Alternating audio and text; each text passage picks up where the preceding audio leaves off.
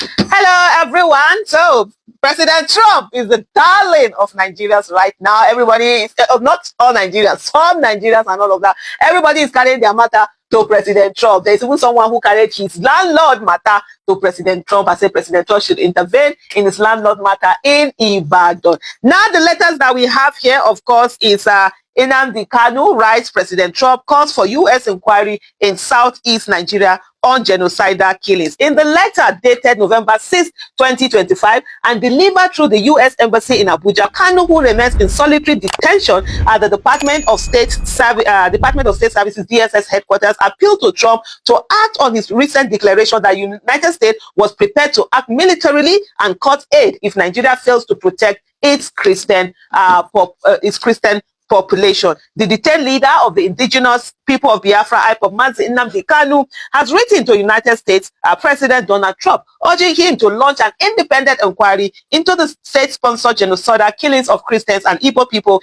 in Nigeria's southeast region. So let me just pause here a little bit and say, so when he says, like, I saw, I think it was some Poland, some EU parliamentarian from Poland who had put up a video where they said they're going to take action, they're coming after Nigerians to save the Christians. And the question I asked them was, is it the northern Christians from the northern part of the country or Christians from the southern part of the country? Because in the southern part of the country, Christians are majority.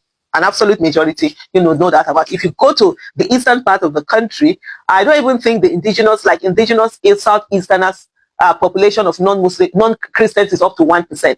So if he says on him that he says that Christians are being killed in the southeastern region, so the question is, who are killing the Christians in the southeastern region? So that's the part I need to understand. So are they being killed based on religion, or are they being killed based on there's a terrorist group there that are killing people? So that's the thing, because what Trump is coming to say is that, he's saving the Christians that are being killed in Nigeria. So this one in the southeast, because a lot of this we have, is it ESN or the IPOP are the one that have put out this thing and have been killing people in that southeast region. We've seen them, they've come out to say it publicly. You come out just because someone did not, how do I put it now? Someone came out on Monday to go and open their shop. The person will be killed. So who is it? Was the person killed because of his religion, or was he killed because there are some terrorist groups who decide that they are going to be shedding blood in the southeast? So this is the thing where people are talking about when they're talking about this persecution, the genocide. How do you now put it in? So I don't understand the part that Nnadi Kanu is talking about. So you should investigate and say move forward. But at the end of the day, I mean, what do we want? An end to the killing. So yes, it's a good thing if you're going to get an intervention, whoever it is that are killing people, terrorists, whether you're Muslim, you're Christian, you're whatever, however, these are enemies of Nigeria, enemies of humanity, and whatever help that we can need to get that solved, I'm in for it. But let's ask ourselves, who are these people who are doing these killings, that are happening? In the letter dated November 6, 2025, and delivered through the U.S. Embassy in Abuja, Kanu, who remains in solitary detention at the Department of State Services headquarters, appealed to Trump to act on his recent declaration that the United States was prepared to act militarily and cut aid if Nigeria fails to protect its Christian population. In the letter also obtained by Sahara reporters, Kanu urged Trump to launch a U.S.-led independent inquiry into state-sponsored massacres of Judeo-Christians.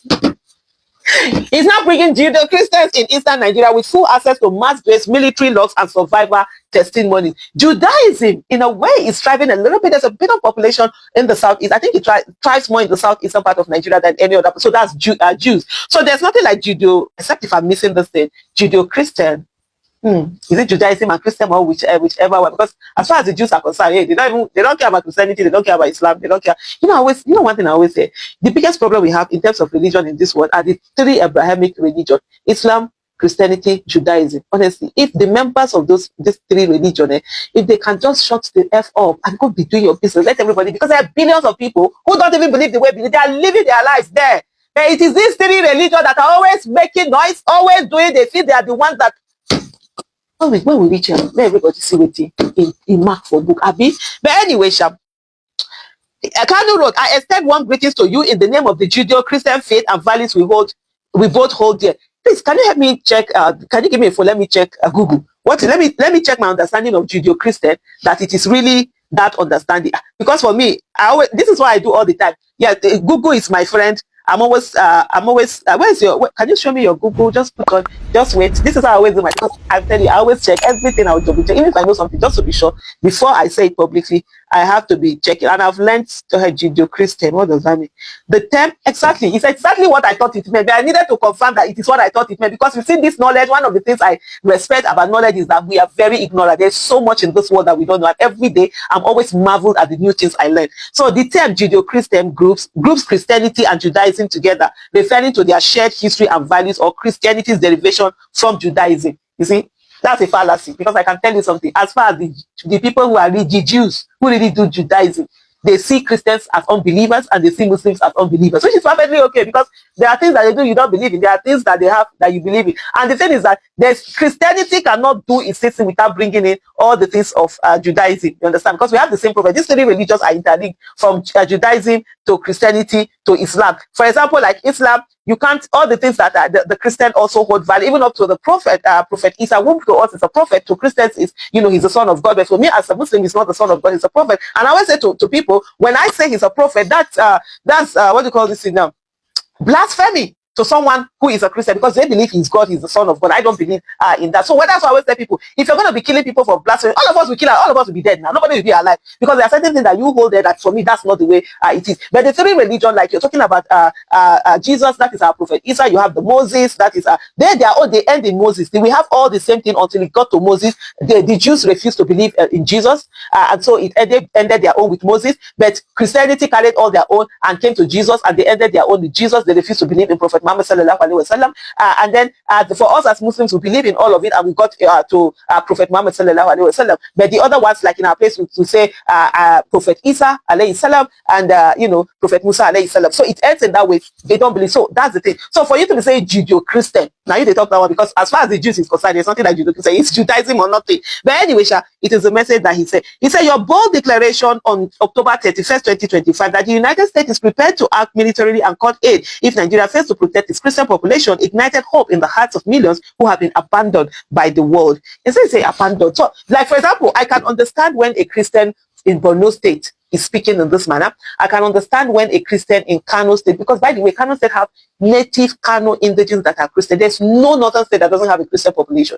It's only how large it is, but of course, we usually don't hear about them at all. I can understand a Christian from Sokoto, from Kaduna, from Kano, Jigawa. Jigawa has a huge population of native Christians also. When I tell people, they're always surprised. And yes, they do. They have a lot. Fulanis have a lot of, Christians also. All this Borno, all of this. I can understand when they say this. But you from the southeast, that you are 90-something% Christian, you are saying that you are being persecuted as Christian. It's a different thing when you say you are being persecuted as an Igbo man.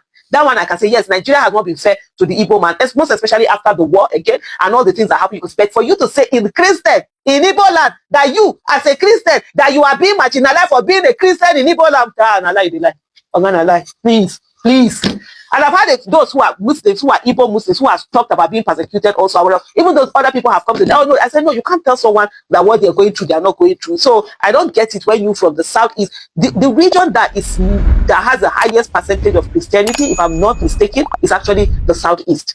That's the one that has the highest Christian. Then the northwest also have the highest percentage of Muslims. But so the way southeast, I don't think, no, that's not factual. Anyway, let me read what I see. The IPOB leader cited several incidents which he claimed were evidence of a hidden genocide against Judeo-Christians. There's something like Judeo-Christians in Nigeria. You're either Jew or you are Christian. They don't stop lumping them together. If you say that you are being persecuted as a Jew, I will understand, because Nigeria typically is intolerant to religion that is not this major two religions, Islam and Christianity. And I always say to people, let people worship what they want to worship. Even traditional worshippers are being persecuted. I was like, no, these are people, this is the religion of the land. All the other ones that came are foreign. So why are you telling them that they shouldn't do what they do? You saw the other one in Kwara State where they were even arresting some of them. Like, no, you don't have there's religious freedom in Nigeria. Let everybody do what they want to do. He said he cited several which he claimed were a hidden genocide against Judeo-Christian in the south, including the 2016 Nkwo and Aba massacres, the 2017 Operation Python dance raid on his Afaraku home, and the 2020 Obigbo Achilles. Please, bro, don't bring that in. Multiple human rights report. Kanu referenced Amnesty International, the UN Special Rapporteur on the Extrajudicial Executions and Nigeria Rights Group, the Inter Society, and then he went on. Let me just stop here before this becomes too much. Thank you so much for watching.